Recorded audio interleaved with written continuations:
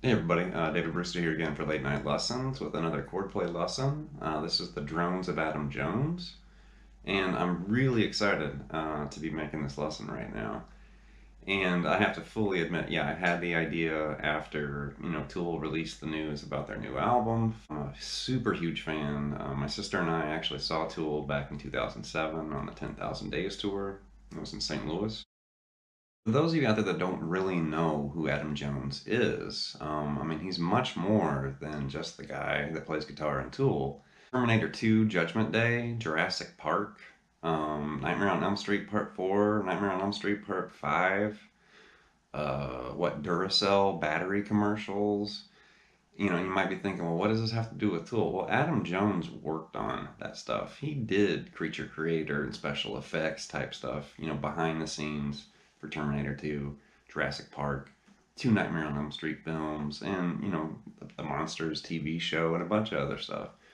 Directed, and basically captivated audiences sitting in front of MTV with, the video work for, I mean, the majority of Tool's music videos. Before we dive into some chords and really start, getting used to Adam's guitar style and some of the things he likes to do as far as drones, and the Drones of Adam Jones title is really just referring to his use of drones, like open string drones. I'm not talking about buzzing around, spying on your neighbor type drones. The first thing I should reveal, like the first secret, which really is not a secret, everybody that's ever heard Tool or tried to work on some of their music, they figured this out pretty quick because the large majority of their music, as far as the guitar is concerned, the large majority, I mean, the like 90 to 95%, was all tuned standard drop D tuning. And by standard drop D, I just mean regularly tuned guitar, A440, concert pitch,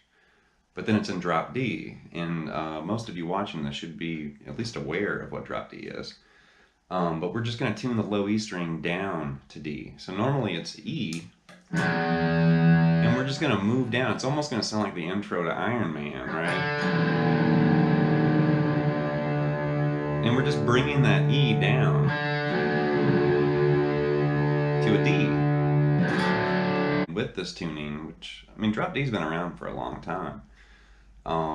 Much longer than you probably think. I mean, there's even classical music, classical guitar music rather, that's written in drop D tuning, which that's before electric guitars even existed. So, depending on how far back you want to go, you can go all the way back. You can almost play Name That Tune with this tuning.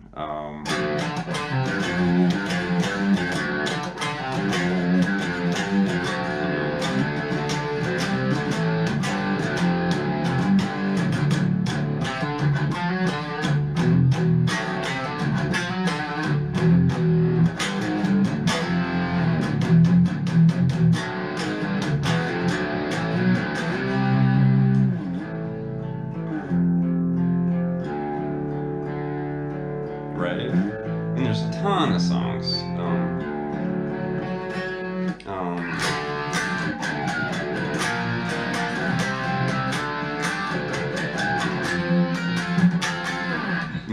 There's a ton of songs. Van Halen, Rad.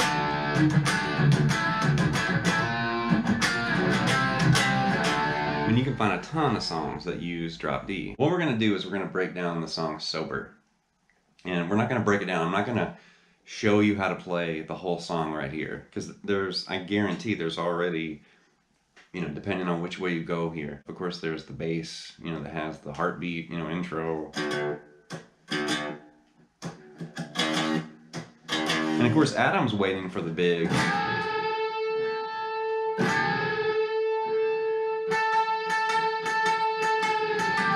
So as far as, just what you hear after the unison bend that sound like it just came out of, the gates of hell or something. So after that, suddenly you hear this D5, and it's like, oh, something familiar. I know that, it wasn't spooky,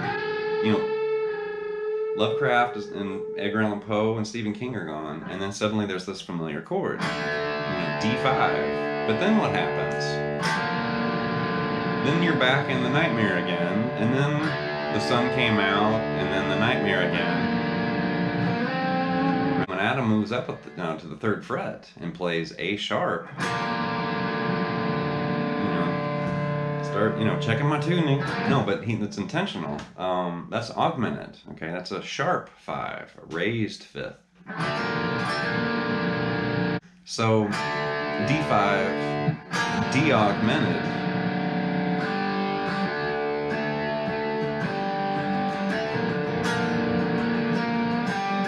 Right?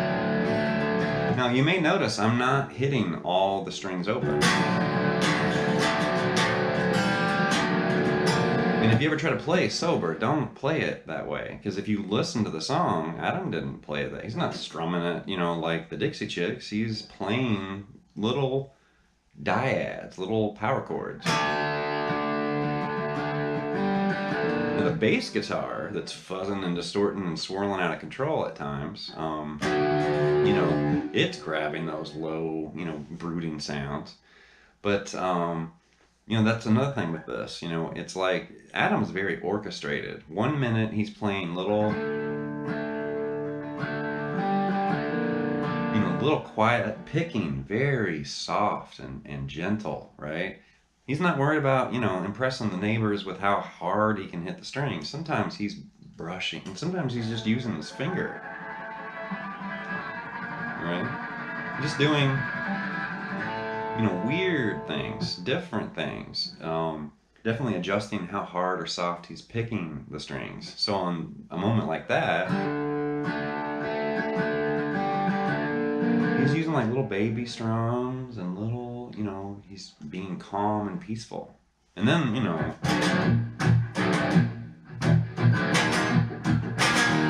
then he'll like come to life. It's almost like Frankenstein just jumped out of a closet. So if you're familiar with the song and you know the part I'm kind of just riffing around with there, and I'm not playing that pristine and perfect, I'm just kind of playing. This is Chordplay. This isn't Tool, school or something. It's like, no, I'm just kind of playing with Adam Jones. I'm not worried about, making this note for note accurate, to where I'm going to write, a research paper and, all. It's like, no, I'm just playing around, but I'm playing around in his swimming pool. What's he do? He goes up an octave and does the same thing.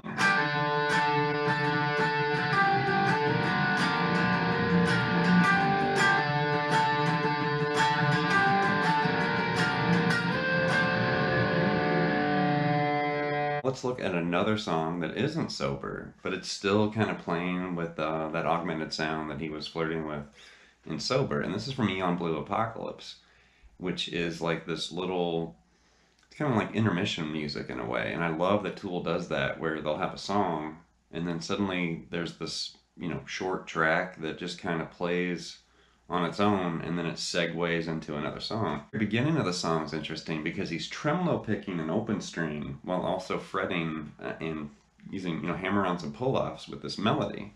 Tremolo picking is when you're rapidly alternate picking as fast as you can, and it's very similar to tremolo, like, flamenco and classical guitarists use, but you're using a pick instead of, a barrage of fingers. So when you hear Eddie do it, it sounds like this. Instead of the aggressive, Eddie Van Halen tremolo, kind of using like the side of his pick more than like directly hitting the string. That way it's a little bit lighter in volume.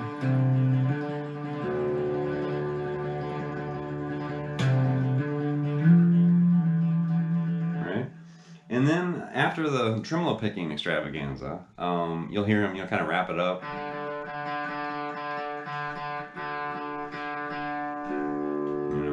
Lots of space, not in a big hurry, right? Kind of look at the watch, finish your lunch, and then all of a sudden, way too much gain. Sorry, let's try that again. All of a sudden, you finish your lunch, and what is that, right? That's augmented, de-augmented to D5. It's basically sober backwards, but we slid after we picked those two strings. And keep in mind, you want to pick as close to your bridge as possible. You don't really even want to be over your pickup. You want to be closer to the bridge than your pickup.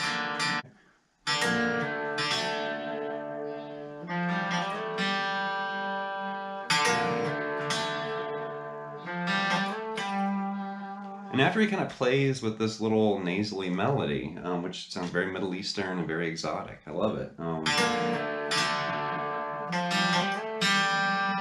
And he does this sinister little, right?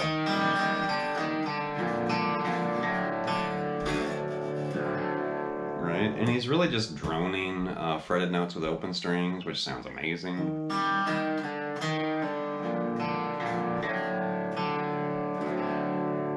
I remember seeing this box and hearing about Ebo, and I knew, you know, like Adrian Belew and, you know, some people like used them. I think I remember seeing like Collective Soul and bands like that had them, you know, but it wasn't until I bought one, you know, and I remember hearing like Pink Floyd and U2 and some, you know, certain songs, and I'd hear like this sustained drone, you know, kind of ringing sustained sound, and I didn't know what it was. But if you pull this out of that little velvety cloth bag, this is an Ebo. It's like it just comes to life, right? And then you can basically play along that string.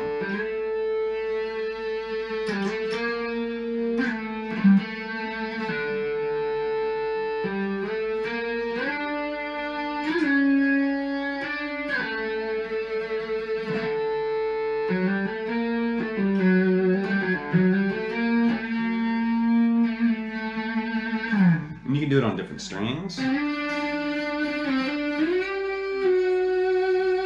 With 46 and 2, in the very beginning, you know, Adam's basically doing volume swells with his guitar. And the first time I heard somebody doing, you know, volume swells, it was Van Halen, right? You know, Cathedral. And, you know, blew me away. I didn't realize that was a guitar. Strum it and slowly open up your volume. And then roll your volume down, right? It almost sounds like a lion roaring or something, right?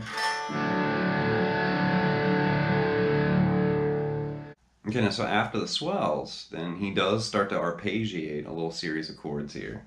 And, you know, it's still not full-on rage distortion yet, because he just literally kind of came to life with this.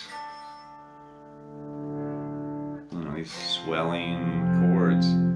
And then after that, he's going to pick through this series of chords. There's a D5, which is the same shape we've been playing almost the whole lesson.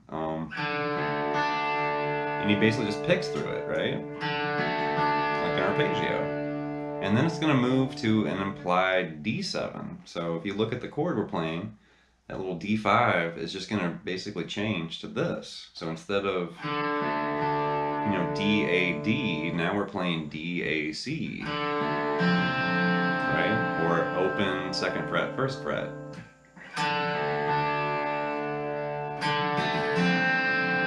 And then after that, just add the 3rd fret on the D string, which is an F, and you're just playing the fretted part, you know, the non-barred version of this F chord, but you're just playing the fretted part right there, right? Strum the giant, you know, D5. And it's got this little, you know, like little slide that comes in.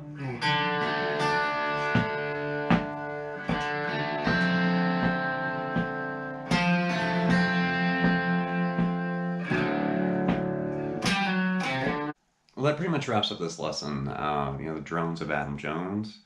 And I do think it'll be interesting, you know, when the new album is released and when I get to wrap my ears around it. And I'm just curious to see, like, if any of these elements that we've hit in just this video, because I didn't really scratch the surface. I mean, we hit some things, but we didn't even get into all the, you know, and all these like little tentacle kind of single note riffs and stuff, and all the power chord riffs, you know, and all these different things that you hear him do. We didn't even talk about that. We were just looking at drones, you know, long, sustained, you know, scary, you know, sounds and stuff. thanks for watching, and just leave me some input. Please subscribe to my channel and stick around for some more from Late Night Lessons. Thank you.